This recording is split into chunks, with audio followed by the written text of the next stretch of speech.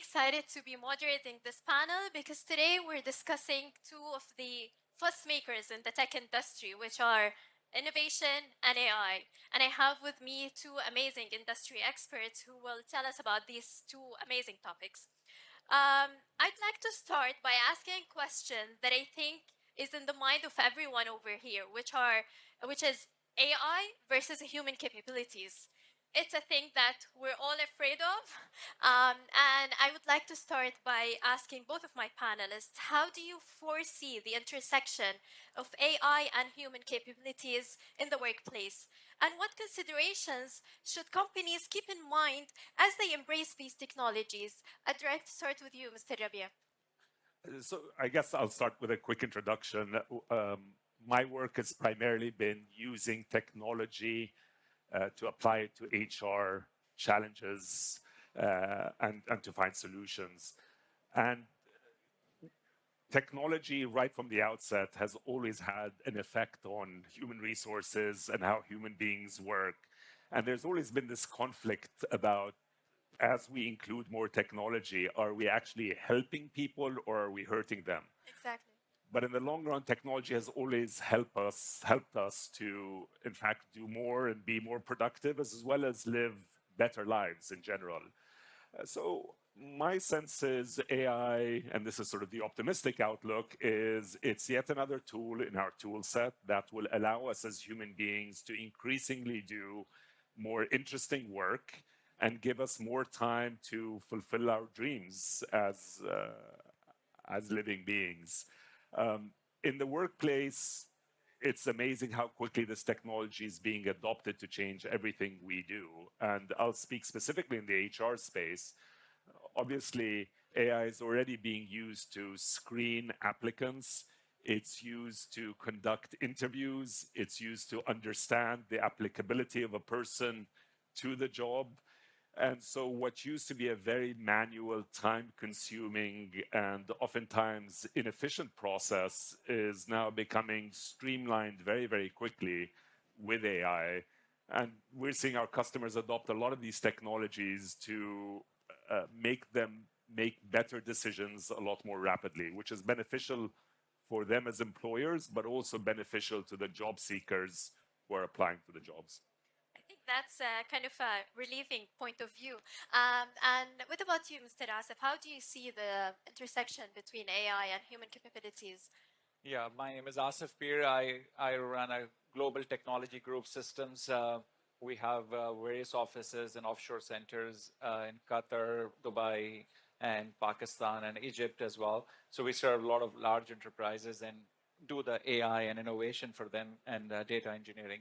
So I think it's very interesting. I will just start with AI can, like, there is a common question what you asked, like, AI can predict, but judgment lies to a human, right? Right. So that's a differentiation, right? What we think that AI is going to replace human and people and so on and so forth in the workplace, it's not like that. AI is going to augment and amplify what we do. Like now, customers are asking us, what are the real business use cases? How we can be more productive? How we can gain more efficiencies through AI and technology?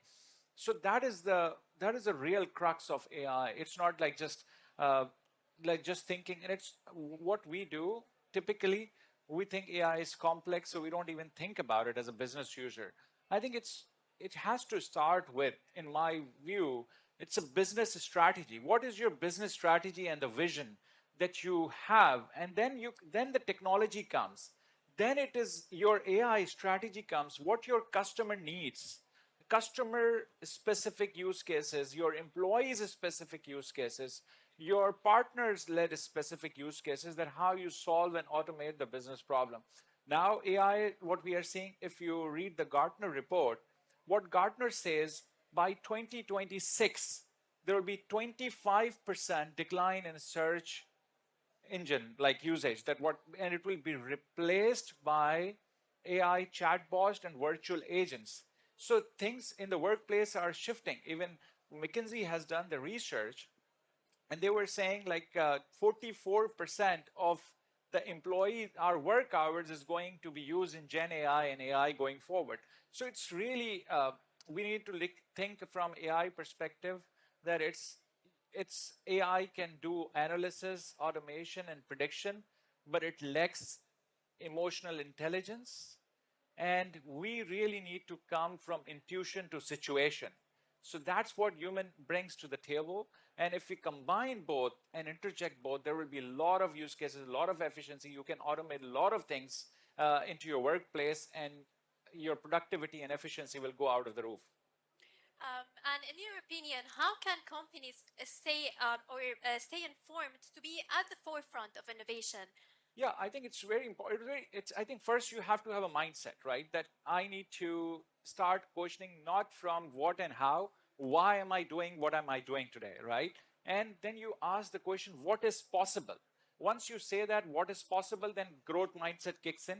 Then the AI innovation, you need to build the center of excellence. What we have learned, where the companies build the focus. Because if you see that, okay, one person is doing the AI automation, innovation, and running your IT, as a customer, it doesn't work. You need to be focused. You need to have a center of excellence where ordinary people can do extraordinary things, right? And you focus on R&D. You build the upskill and reskill your workforce. Because if you are scared about the AI and don't upskill and reskill yourself and your environment, then there will be always cultural change management will be always an issue. People will be thinking why we need to do that. It's going to be take our jobs and so on and so forth. So we really need to follow all the principles, like you see the Microsoft and everyone is focusing on AI. So if you have a center of excellence, R&D, innovation hub that you set up in your organization, they will be focusing and looking at your competitive landscape. They will be looking at what these large principles are investing and doing. Like OpenAI comes up. If you don't use all of these technologies, then what is going to happen? Somebody will disrupt your business tomorrow and you will be out of business. So you always have to think, not just do the cost saving and optimization in your business process, but you have to think how I can transform into a new business model and how do I evolve and improve my products and services. That is the key. So transform your operations, transform your business model, and think like that so you can be on the forefront of the AI, right? Great. And Mr. Rabea, you have a very interesting point of view that we just discussed backstage, which is that you have been an entrepreneur and a founder and on the top of your company for over 23 years, I think, as you told me. These days, most of tech founders, before establishing their company, they always think about an exit strategy or for how much they can sell their company or their startup. But you've been on top of your business for so long. Can you tell us more about your vision and why have you been doing this for so long? Sure. So we started off with the desire to do three things primarily. One is we wanted to build a sustainable business, a business that actually survived us, that existed long after we were gone as founders. Two, we wanted to build a socially contributive business. We looked at a lot of businesses around the world, and as opposed to them making people's lives better, in many ways they're harmful. And so we were looking to build businesses that really made people's lives better. And I think in tandem with that, we wanted to build an ethical business, which always was looked up to as an example of doing the right thing. And so for us, that's what the genesis of Baayt, and then over a dozen businesses that have been launched under Baayt, always had as their North Star, that we wanted to check those three boxes. And I find the beauty of what I do is a few things. One is every day we're doing good. We're helping people. Baayt today has over 50 million people who built their profiles on it, and we help millions of people find jobs every year. We get good. The joy of technology is every day there's new things you can get better at. So the learning curve never slows down. And alhamdulillah, there's also been good rewards. So in doing good and learning continually, those are rewards in and of themselves. But we're one of the few tech internet businesses in the region that has been, particularly in the space of the internet, cash flow positive and profitable for over 23 years. We've expanded globally. Today, we've got over 800 employees ranging from Australia to the US. And in fact, one of our businesses generates 90% of its business from North America. So we're a Middle Eastern company exporting technology to the US. And so the combination of being in a great business where you're doing ethical work and learning all the time and being rewarded well has kept me in the game. And since we're talking about for how long you've been in the business, I'm sure you've seen so many changes. Technology is like changing every single day. Yeah. Speaking about the landscape today, what kind of challenges do you see companies in the tech industry are facing? What are the main challenges? So when we started, this region was almost ignored by the rest of the world. And part of it was the infrastructure was still basic. There was little internet penetration. And so, the fact that there was so little of everything was a disadvantage, but it was also an advantage because there was less competitive pressure and we could do things at our own time. Today, the moment you switch on anywhere in the world, your competition is automatically global. So you have to get really, really good really quickly. And I think that's a challenge that new startup entrepreneurs have that wasn't the case when we started. But that being said, the advantages are there's a lot more capital following internet companies. Governments have made the regulations a lot easier. There's a lot more talent pursuing these jobs. And on and on and on. If you compare how easy it is to start today compared to 20 years ago, I would say, it's at least 1,000 times easier. And this is evidence of that. When we started, there was no Web Summit happening in the region, nor did anyone have any interest.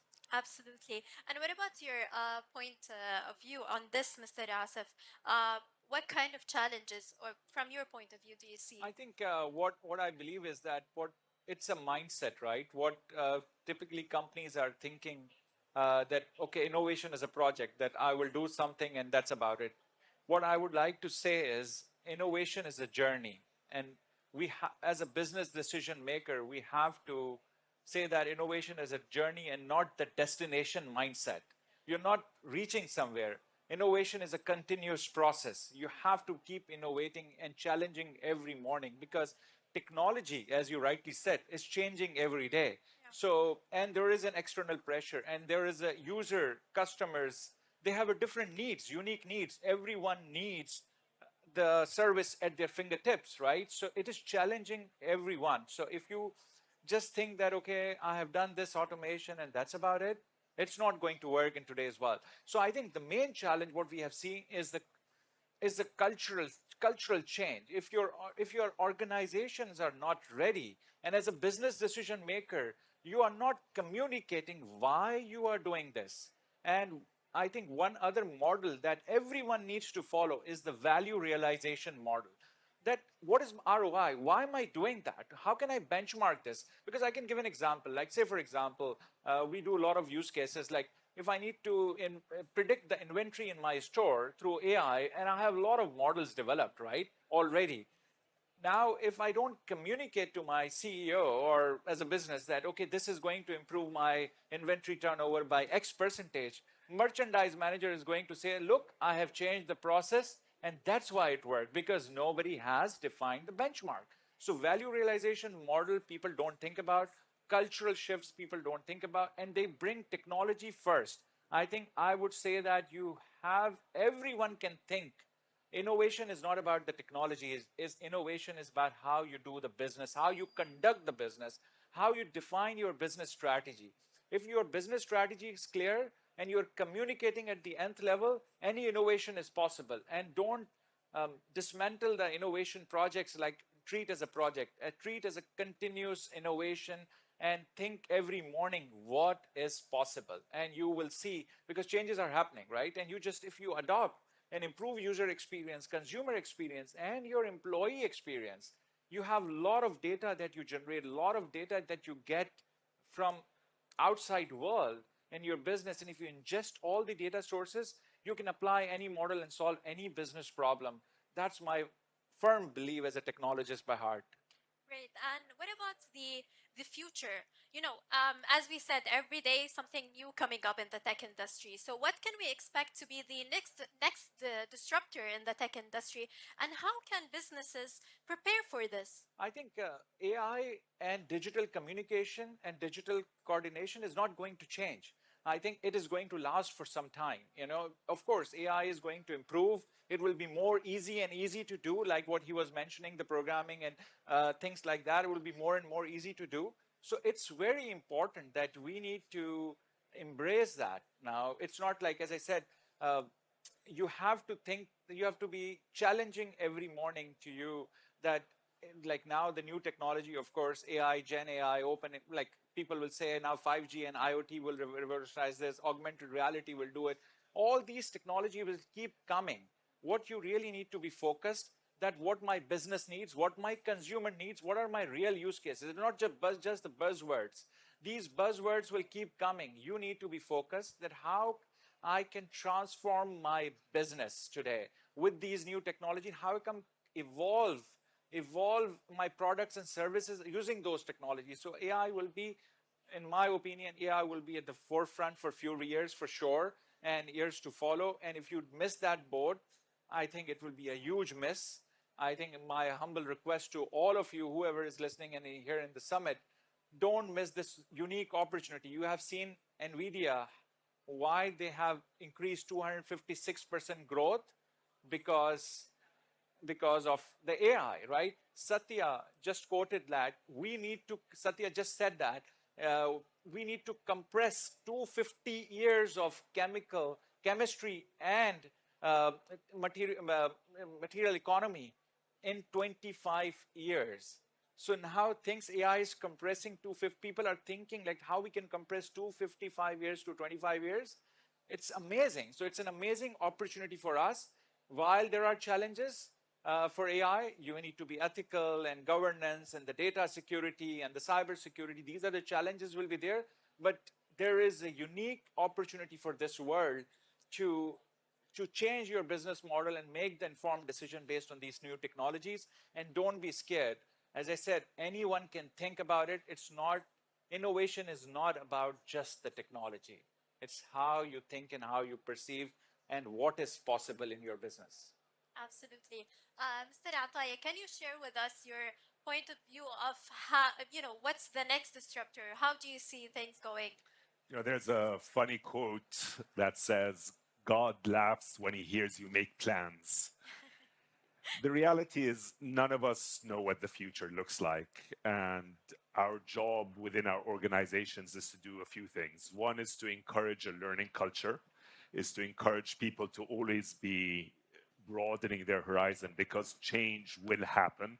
And if you're too stuck in your ways, you'll fall behind. And the next is to encourage a risk-taking attitude, which is to say that it is okay to take early adoption strategies, even if they fail. But if you fail to catch those rising tides, you might become totally irrelevant. So for us, over 23 years, we realized we can't predict anything, but we can certainly always stay informed and certainly always take on new risks in the hope that they bring returns. Many times we failed, but the successes have paid for the failures many times over. And so that strategy has worked for us. Absolutely. Thank you so much, Mr. Asif and Mr. Rabea, for being with us and for sharing all of these insights. Thank you so much for Thank the you. audience. Thank Thank you. you.